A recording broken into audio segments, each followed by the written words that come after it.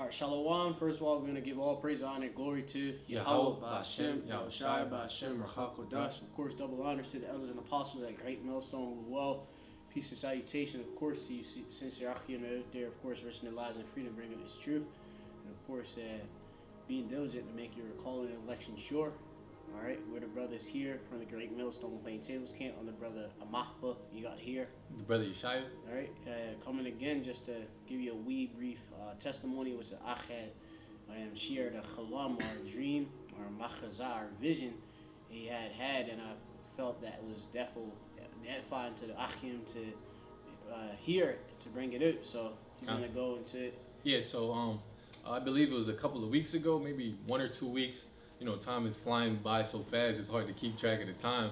But it might have been on the Shabbat, I'm not exactly sure, but I was on my couch, you know, I was maybe reading the scriptures, and I took a little nap, and I had a dream, and in the dream we were in a building with a bunch of like random people that I didn't know, and it was like it was real bright in there or whatever. And in the dream, you know, I wasn't sure where we were at. So I'm thinking it's some sort of get together or gathering. You know, I didn't know, you know, what was really going on. And so in the dream, I decided to leave the building. So as I was leaving the building, you know, it was real dark outside because in the building there wasn't any like windows or anything like that. So as I left the building, it was real dark outside, and there was like real bright lights, like real, you know, from light poles or whatever. And then there was a fence in front of me. And then, you know, a thought came in my head to climb the fence, and I started to climb the fence, and I went over the one fence, and I started walking down the path, and then there was another fence, but then this fence had a barbed wire on it, and it was like a real high, like tall fence or whatever. And then in my head, I'm like, I'm not gonna be able to climb the fence. And then just an idea came into my head, and I called on the name of Yahweh, and I did like one of these kind of things, you know, like, you know, in the superhero movies, you know, when they get ready to fly, they do this. And I just started, you know, flying in the air. And then as I was in the air, there was, you know, basically explosions going off in the air, and I was just flying through the air. And then as I was flying, I began to free fall basically. So I was in the sky, falling, and I just, you know, started praising the name of Yahweh Ba'Shem Yahushai. I said, Barak Yahweh Ba'Shem Yahushai, and then I just started to ascend again, and I just had this crazy joyous feeling in the dream. And then it was because it was like explosions going off, but I wasn't afraid or anything. And yeah, I was just sharing with the brother, and he decided, you know, it would be a good idea for me to, you know, bring it out, you know, bring that, you know, that testimony out. And after that, you know, after I started ascending, I woke up from the dream, and it was just a crazy, you know, crazy dream, crazy experience. And it felt so vivid, so real. Yep. So I'm going to start real quick. Just a quick precept. There you go on yours. Okay. This is Acts chapter 2. And this is verse 17.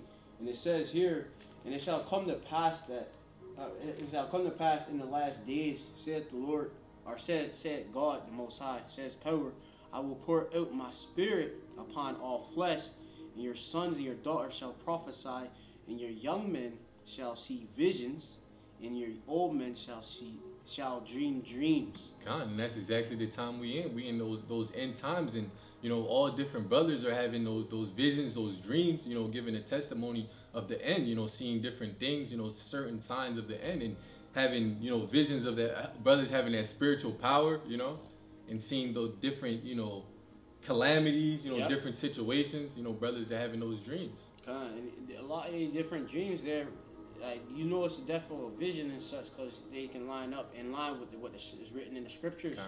You know, so, you know, we definitely know that it's from Yahweh Ba'Shem Yahushai. All right, which real quick, I'm gonna get. This is the book of Ecclesiastes, or Cuss actually.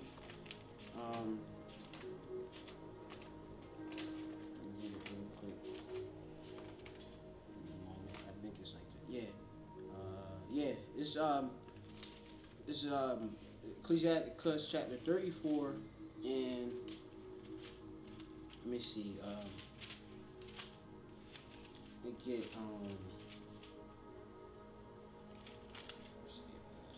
yeah, this is Ecclesiastes chapter 34 and 3. Point being around, I think it's around 6, 7. All right, so we'll start there. It says here, the vision of dreams is the resemblance of one thing to another, even as the likeness of a face to a face. Of an unclean thing, what can be cleansed? And from that thing which is false, what truth can come? Divinations and soothsayings and dreams are vain, and the heart fancieth as a woman's heart in travail.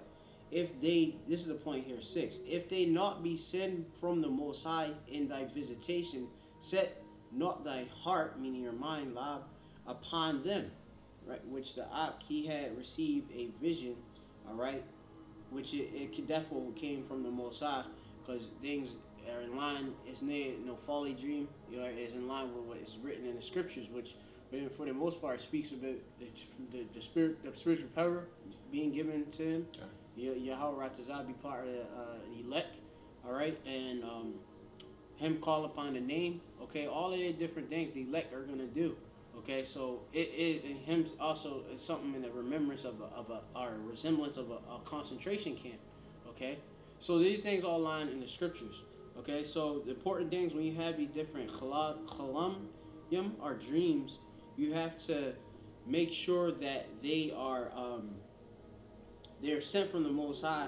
All right, they of course in folly. Okay, so yeah, if they not be sent from the Most High in thy visitation, set thy heart upon them. So you know, obviously, if it's folly, don't worry about it. You know, because you have different dreams, and as it goes and tell you, like many dreams have deceived many. Right here, this is verse 7. It says, "For dreams have deceived many, and have failed that put their trust in them." Right, you know, and many people, you know, because they have seen a dream and it was just from Satan on the left hand side, they regarded it, and they make them do, of course, different things, which, you know, make them fall out, or all sorts of things, make you do all sorts of madness and such. But you know, I just wanted to bring that up. Now that I can go. Khan, just to speak on what the brother was saying, you know, just because you have a vision that, you know, the Lord gave you the spiritual powers, that doesn't mean you get complacent and think, oh, I must be a member of the elect, so you just start doing whatever you want, thinking you gonna make it, thinking you already got that golden ticket. You're not supposed to get complacent. You're supposed to stay walking in the spirit of Yahweh Shem Yahweh Shai. Yep, that's right. Because remember, as it says in the book of Job, all right, the 5th chapter, it tell you that this is Job chapter 5, and I think it's 5. Yeah. All right, I think it might be 4 actually. So give me a wee moment. Okay. I got a quick precept. All right, go. This is Job chapter 33, verse 14. It says, "For the Most High speaketh once, yea twice, yet man perceiveth it not."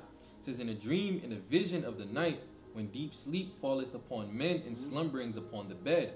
It says, "Then he openeth the ears of men, and sealeth their instruction." Yeah, so through the Spirit, you know, I believe that the Most High sent me that vision, you know, as a way of, you know, exhorting me of a way of, you know, what's the word I'm looking for?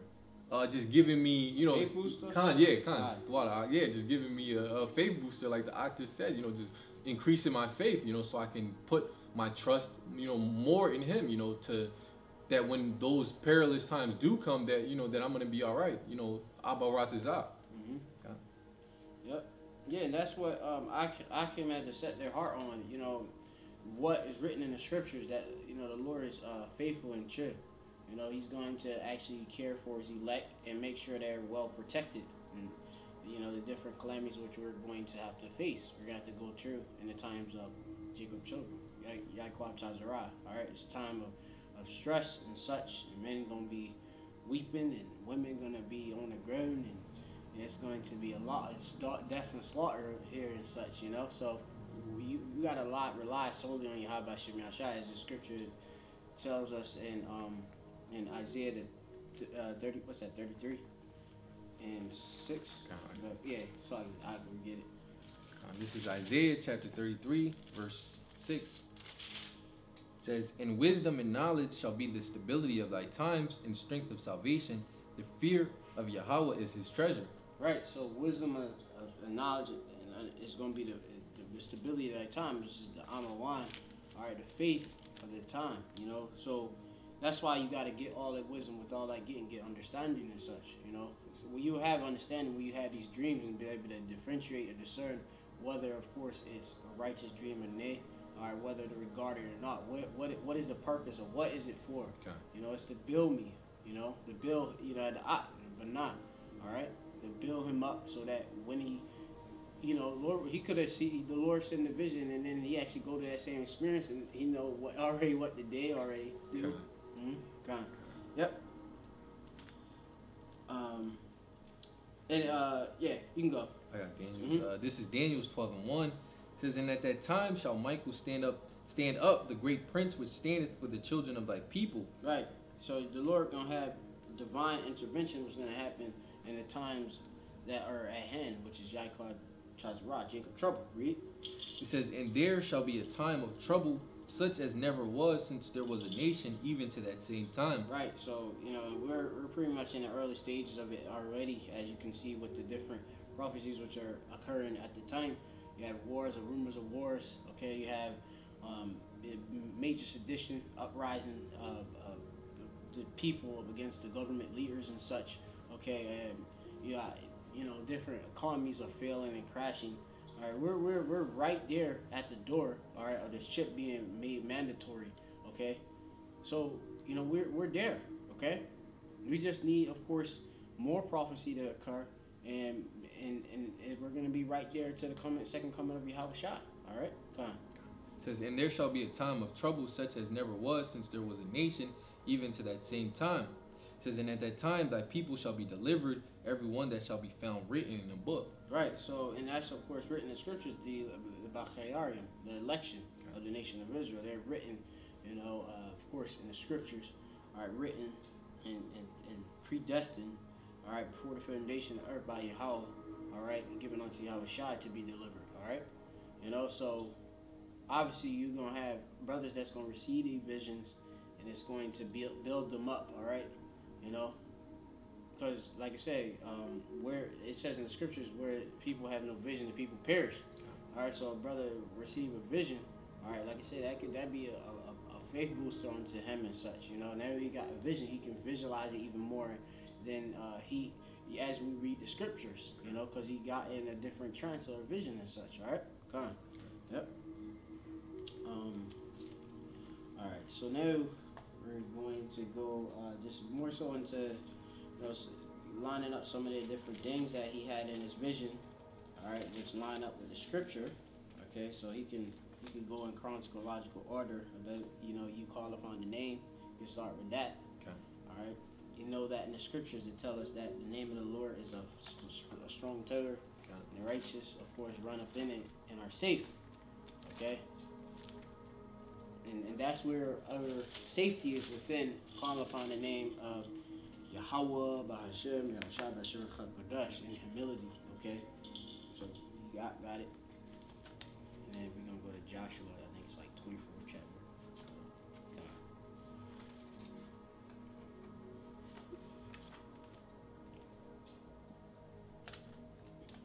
Okay. You getting a preset? Yeah, kind of. Yeah, that's something different than the one. Yep. Exactly sure. All right, so I'm going to get, that's Psalm chapter... Want me to read mine first? Yeah. Okay. This is Ecclesiasticus chapter 2, verse 10. It says, look at the generations of old and see, did ever any trust in the Lord and was confounded? Or did any abide in his fear and was forsaken? Or whom did he ever despise that called upon him? Right. God, and that's exactly what we got to do in these present day, you know, every day. You know, me and the Ak was doing a video just yesterday, just talking about the importance of honoring and glorifying the names of Yahweh Bashem Yahushua, you know, constantly. Daily. Yep. Yeah, continually, man. You know, that's very important, you know, because we want to do what's pleasing in his sight, all right? Because remember, as we go into, you know, we are like unto a woman, so we want to please, of course, the man, the king, Hamalak, Yahweh Bashem Yahushua. Says, this verse 11 says, for Yahweh is full of compassion and mercy, long-suffering and very pitiful, and forgiveth sins, and saveth in time of affliction. Mm-hmm. God, in the time, And like we read in Daniel, it says a time as there never been, a time, such a, perilous time as there never been. It's going to be the worst time that there's ever been on the planet Earth. God. But it says the Most High saveth in the time of affliction. That's why we got to have that faith that when that time does come, we don't have to rely upon, our own strength, upon our own abilities, God. We just rely on, we just rely on Yahweh Shem Yahushai, because in 1 Samuel 2:9 says, by strength shall no man prevail, so you're not going to prevail by your own strength. Right, yeah, and it tell you, it's another scripture about, obviously the different things that's going to come against us. It says, no weapon, right? Okay. This is the book of Isaiah, Yeshaya has a part of the book of Isaiah, chapters 54 and 17. It reads, it says, no weapon that is formed against thee shall prosper, and every tongue that shall rise against thee in judgment thou shalt condemn. This is the heritage of the servants, right? Which is, we are servants of Yahweh, okay? And their righteousness is of me, said Yahweh. So all of our righteousness, all right, is of Yahweh Bashem Yahushai. It's nay on our own, okay? Yeah, and it says, no weapon that is formed against you, you shall prosper. Now, if you do the research, I remember the Apostle Gabar, I believe, was going into Esau's, different weaponry, these different, devices of destroying people, and they got the they got all types of robots, torture methods, Yeah, oh yeah, they got all the different guillotines and all, they got Gina Haspel. She's I believe she's what's she was in the CIA or something. I forget her actual title. Gina, let me get her real quick. But yeah, they got all the different things to torture the elect and such, and to get them to denounce their faith and such, or our faith, we put on as the hopeful elect. So, regardless of what they have, remember, we have to strive unto the truth, unto death. All right, and the Lord, He wouldn't give anything. He doesn't put anything more upon us than what we can bear. Okay, so the Lord, of course, He instilled within us that for us to be able to withstand all the different wiles and fiery darts of the devil. All right.